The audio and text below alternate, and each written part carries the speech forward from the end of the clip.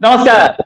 महागठबंधन में एक बार फिर से लगी है आग। आग मतलब कि महागठबंधन अब एक दूसरे की शक्ल देखने से जैसे हम पता लग रहा था कि केजरीवाल भिड़ गए कि राहुल गांधी से, और राहुल गांधी में लीडरशिप स्किल्स नहीं है। अब महागठबंधन यानी कि लालू जी की पार्टी, यानी कि तेजस्वी की पार्टी, और अ, राहुल गांधी की पार्टी, दोनों आपस में भिड़े हुए हैं सीट शेयरिंग को लेकर के, और मीटिंग्स पे मीटिंग्स जो है फेल होती जा रही हैं। इसे बात करने के लिए हमारे साथ प्रेम शंकर सिंह, जो कि मैनेजिंग एडिटर रह चुके हैं कई चैनल्स में, और एक लंबा एक्सपीरियंस है, 25 साल का एक्सपीरियंस है पत्रकारिता में। पहली नजर आती है बिहार के इलेक्शन में, क्योंकि ये खुद उसी स्टेट से आते हैं। मतलब पत्रकारिता में आने से पहले से भी इनकी पहली नजर थी, पत्रकारिता में आने के बाद तो थी, और बचपन से राजनीति पे जो डिबेट्स इन्होंने की वो भी एक अलग ही गेम था। प्रेम शंकर जी, बहुत बहुत स्वागत आपका हमारे शो में। कहते हैं बिहार की राजनीति जो शुरू होती है वो मुस्लिम यादव कॉम्बिनेशन से होती है, और वो खत्म भी वही होती है। ये जो कॉम्बिनेशन है, इसका फायदा उठाने की कोशिश में कांग्रेस रही हमेशा, लेकिन ये वोट हमेशा रहा लालू यादव का और तेजस्वी का। अब क्योंकि क्या, एक तो कांग्रेस बहुत वीक हो चुकी है, नो डाउट अबाउट इट, और आज से नहीं है, पिछले 30 साल से हम वीक देख रहे हैं उसको वहां पे। क्या कांग्रेस अब इस पोजीशन में आ चुकी है कि वो तेजस्वी को आंख दिखाए? देखिए रोहित, बिहार में जेडीयू से मुकाबला करने के पहले या एनडीए से मुकाबला करने के पहले कांग्रेस और आरजेडी खुद में मुकाबला कर ले, यही बहुत बड़ी बात है। क्योंकि कल दिल्ली में एक बैठक हुई और कल एक बैठक होने वाली है, यानी 17 तारीख को बैठक होने वाली है, 15 को एक बैठक हो गई। सीट बंटवारे को लेकर इन दोनों में बात नहीं बन पा रही है। कांग्रेस इस बार दूसरे मूड में है, या यूं कहिए कि राहुल गांधी इस बार दूसरे मूड में है। पहले से ही वो कन्हैया कुमार को मैदान में उतार चुके हैं। दूसरा, पप्पू यादव को भी वो पूरा भाव दे रहे हैं। और तीसरा, कि जब से ये वक्फ अमेंडमेंट बिल आया है और उसके खिलाफ जो मुसलमान हुए हैं और जेडीयू से जो मुसलमान छिटके हैं, यानी कि अलग हुए हैं, मुंह भंग हुआ है, ये तीन ऐसे फैक्टर हैं, उससे कांग्रेस को ये लग रहा है कि वो मजबूत स्थिति में है और वो कॉम्प्रोमाइज नहीं करेगी इस बार के सीट शेयरिंग में। दूसरी तरफ आरजेडी चाहती है कि 70 सीट जो पिछली बार के चुनाव में इन्होंने दिया था वो सीट इस बार नहीं देंगे, यानी कि वो 40 से 45 सीट के मूड में है। कांग्रेस अड़ी हुई है, इसी बात को लेकर बात बन नहीं पा रही।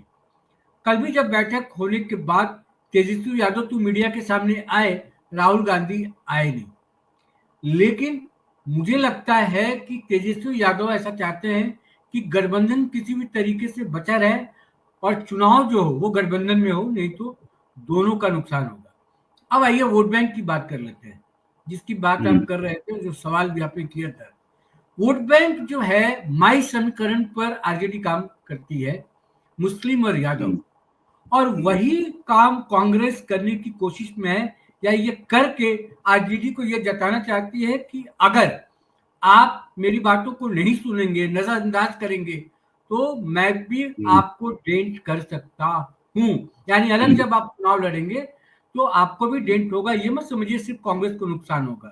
तो पप्पू यादव क्या, यादवों को, कुछ यादवों को, क्योंकि तेजस्वी यादव बिहार में और आरजेडी ये दोनों बिहार में बहुत मजबूत हैं, और यादव जो हैं बिहार के वो तेजस्वी यादव की सुनते हैं और आरजेडी की सुनते हैं। यादव कई हैं बिहार में, लेकिन यादव का नेता अगर कोई माना जाएगा तो लालू यादव, और लालू यादव के बाद तेजस्वी यादव है।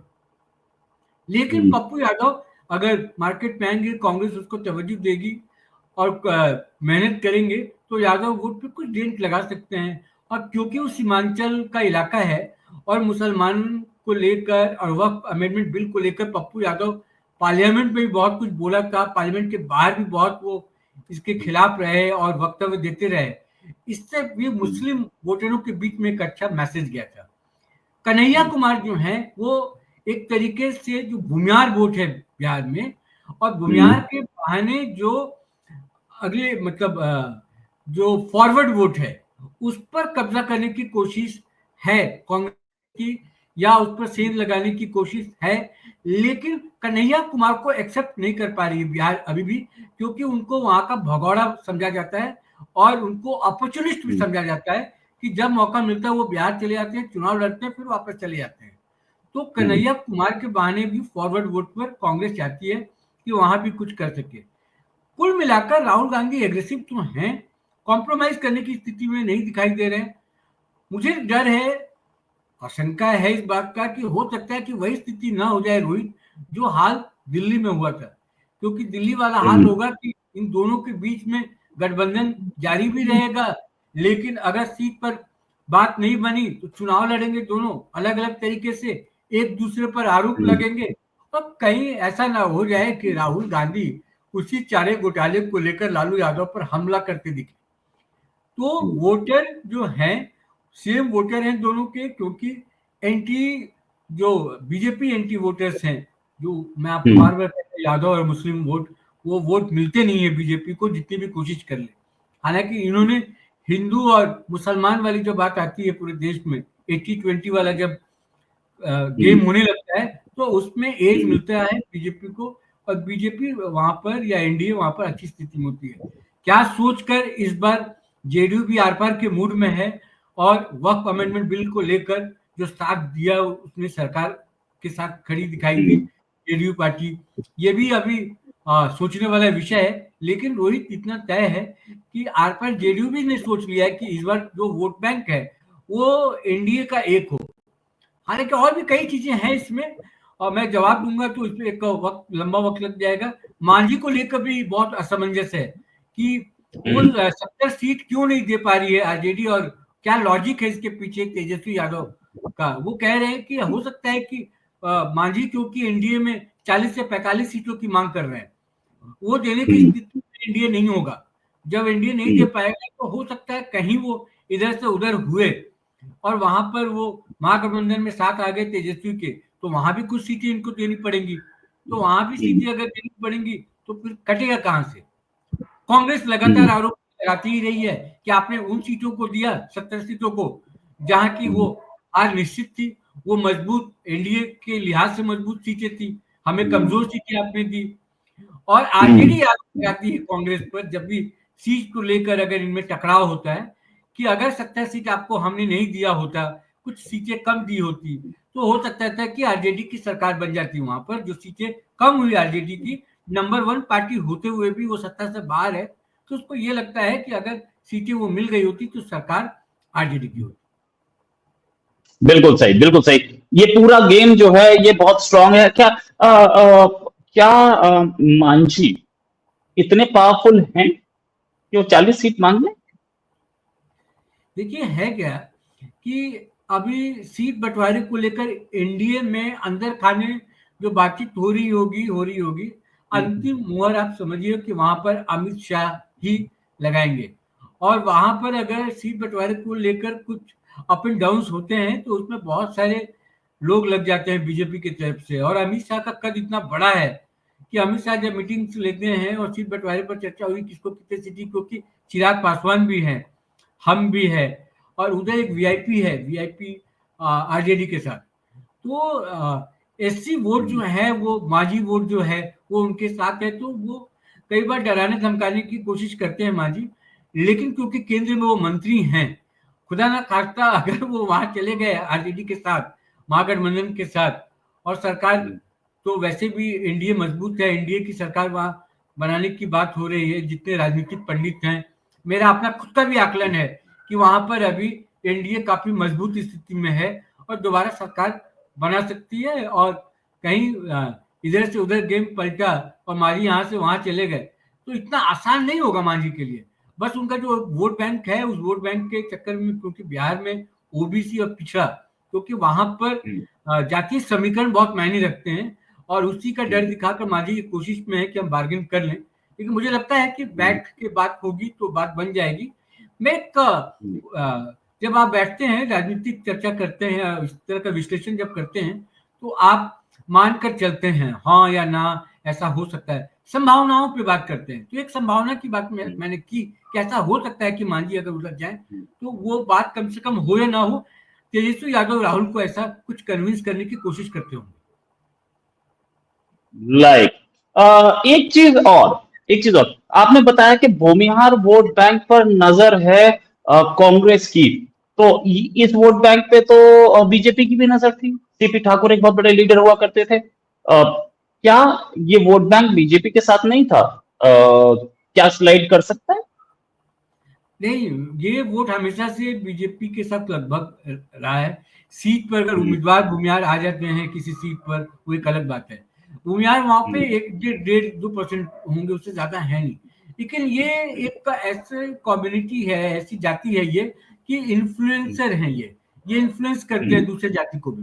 तो इसलिए हम्म, ये सत्ता में खुद जीते या ना जीते, जिताने और हराने का मादा रखते हैं। क्योंकि जो भी अगड़ी जातियां हैं बिहार में, वो सभी उनके एक किस जो पावर से वो घूमते हैं। भले मुख्यमंत्री कोई बन जाए, मंत्री कोई बन जाए, सांसद, लेकिन सोसाइटी का ताना बाना ऐसा कुछ है कि सत्ता हम्म, की जब वहां पर बात होती है और चुनाव की जब बात होती है, तो उनके इर्द गिर्द चीजें बुनी जाती हैं और वो की जाती है।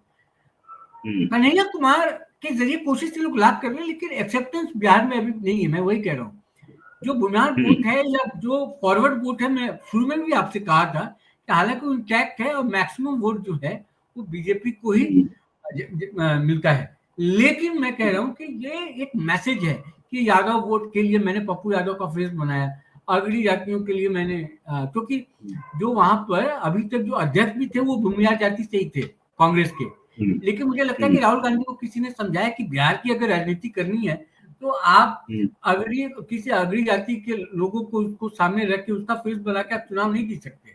तो उन्होंने फिर अशोक हम्म, कुमार, शायद अगर मैं गलत नहीं हूँ तो अशोक कुमार वो विधायक है, उनको उन्होंने अध्यक्ष बनाया जो कि एससी समुदाय से आते हैं। तो एक मैसेज देना बहुत जरूरी है कि हम पिछड़ों की बात तो आप करते हैं, आप जातीय उसका गणना की बात तो करते हैं, लेकिन आप दिखाई कहीं नहीं देता। और बिहार में तो आपने अखिलेश सिंह को बना के रखा था अध्यक्ष। वो अखिलेश सिंह की, वो भी लालू यादव का दिया हुआ आदमी था, और जमाने में आरजेडी का था। अब वो हर काम वो लालू यादव से पूछ के करता था। यानी कि कुछ समय पहले तक आप ये कह सकते हैं कि लालू यादव आरजेडी और कांग्रेस दोनों को चला रहे थे बिहार में। तो आप ऐसे में कहां सोच सकते हैं कि कांग्रेस वहां पर पैर अपना जमा सके। और 90 के बाद, वैसे भी आपको पता है कि 90 तक कांग्रेस वहां पर शासन तो की, कई नेता उसके आए, मुख्यमंत्री बने, लेकिन 90 के बाद से कांग्रेस वहां पर कभी दोबारा आई नहीं और गायब ही हो गई। और वहां पे तो एक एक सीट पर उनका अब मतलब फाइट करने तक की स्थिति नहीं रहती है। तो दोनों पार्टियों की जरूरत है गठबंधन। आरजेडी को भी जरूरत है कांग्रेस की, और कांग्रेस को भी आरजेडी की वैसे जरूरत है।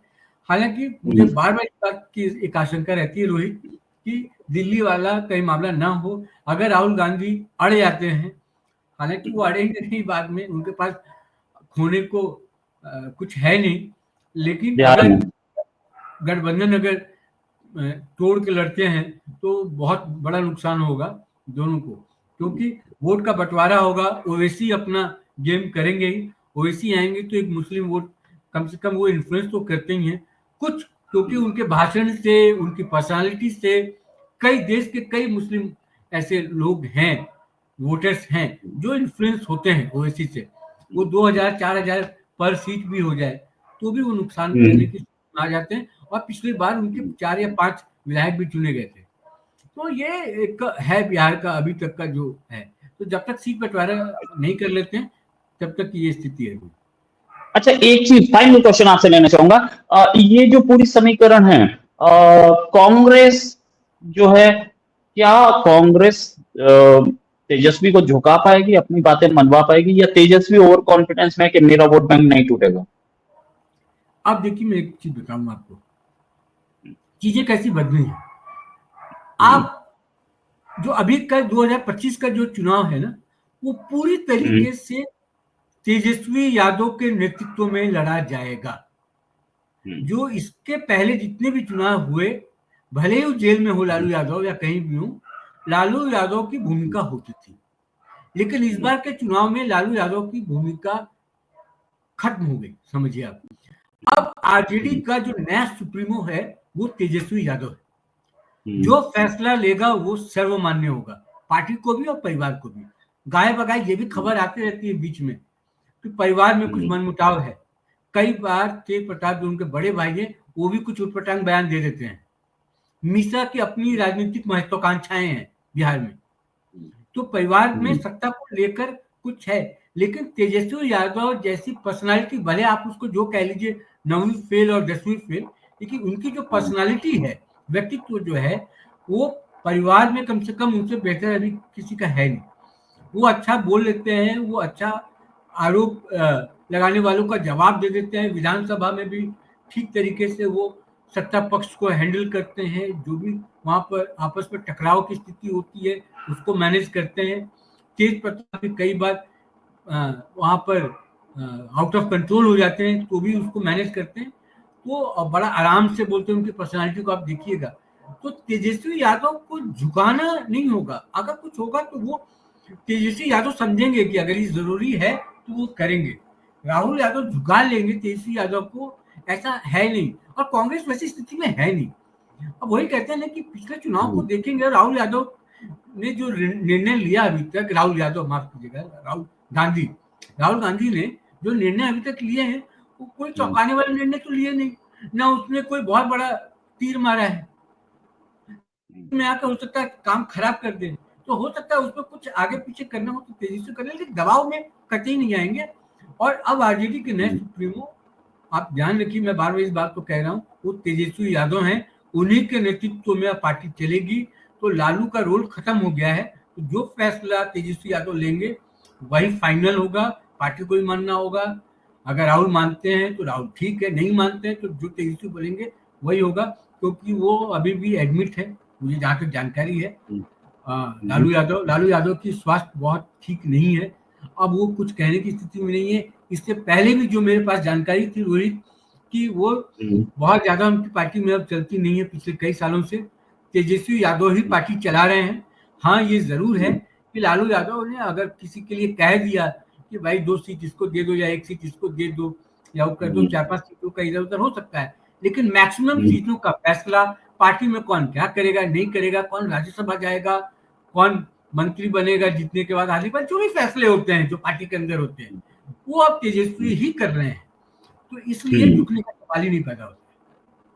राइट, झुकने का सवाल नहीं पैदा होता। Thanks a lot Prem Shankar ji for joining. जल्दी एक डिस्कशन और करेंगे, अभी के लिए नमस्कार, धन्यवाद, जय हिंद।